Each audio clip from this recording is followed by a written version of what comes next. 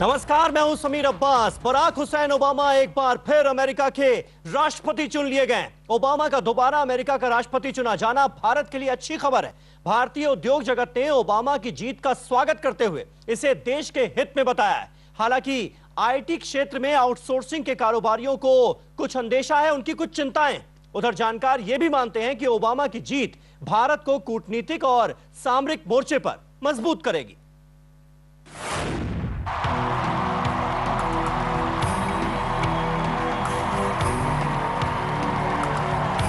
दुनिया के सबसे पुराने लोकतंत्र में बराक ओबामा नई चमक के साथ दोबारा राष्ट्रपति चुन लिए गए। ये सबसे बड़े लोकतंत्र यानी भारत के लिए अच्छी खबर है। अमेरिकी राष्ट्रपति के चुनाव को लेकर भारत की दिलचस्पी सिर्फ इसी वजह से नहीं थी कि अमेरिका के करीब 28 लाख निवासी भारतीय मूल के हैं, बल्कि इसलिए भी कि कारोबारी दुनिया में दोनों तेजी से एक दूसरे की जरूरत बनकर उभरे हैं। ओबामा के पहले कार्यकाल में दोनों के बीच कारोबार में 40% से ज्यादा का इजाफा हुआ।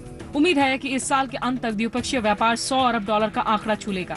यही वजह है कि भारत के उद्योग जगत ने ओबामा के दोबारा चुने जाने पर काफी खुशी जताई है। Obama presidency have been good, and the continuity I think will be good for India.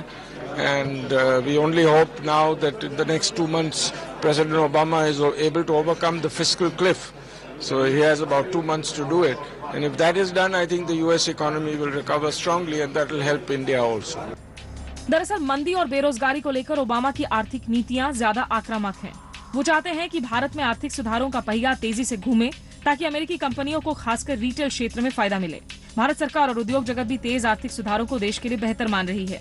हालांकि ये भी एक सच्चाई है कि ओबामा ने भारत में नौकरियों की आउटसोर्सिंग को बेरोजगारी के लिए जिम्मेदार ठहराया था। वो कंपनियों को स्थानीय लोगों को रोजगार देने की सलाह दे रहे थे। ऐसे में भारत के आईटी क्षेत्र में कुछ चिंताएं भी हैं। आईगेट के सीईओ फणीश मूर्ति ने कहा है, ओबामा का फिर से चुना जाना आईटी आउटसोर्सिंग इंडस्ट्री के लिए अच्छी खबर नहीं है। देखना है कि चुनाव के दौरान हुई भाषणबाजी 2013 की नीतियों पर कितना असर डालती है। इसका हम पर पूरा असर पड़ेगा। बहरहाल कूटनीतिक मोर्चे पर ओबामा भारत के सहयोगी साबित हुए हैं।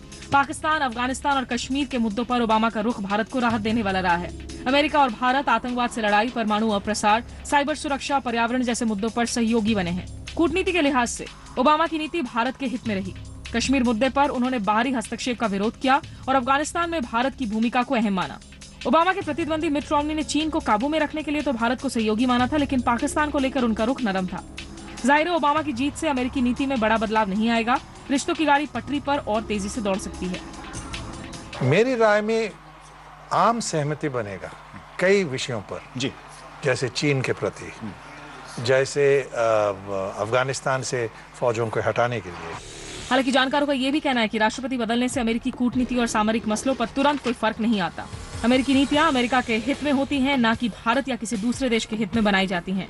सवाल यह है कि भारत जैसा देश उसमें अपना हित कैसे दर्ज करा सकता है। स्मिता शर्मा, दिल्ली, IBN 7।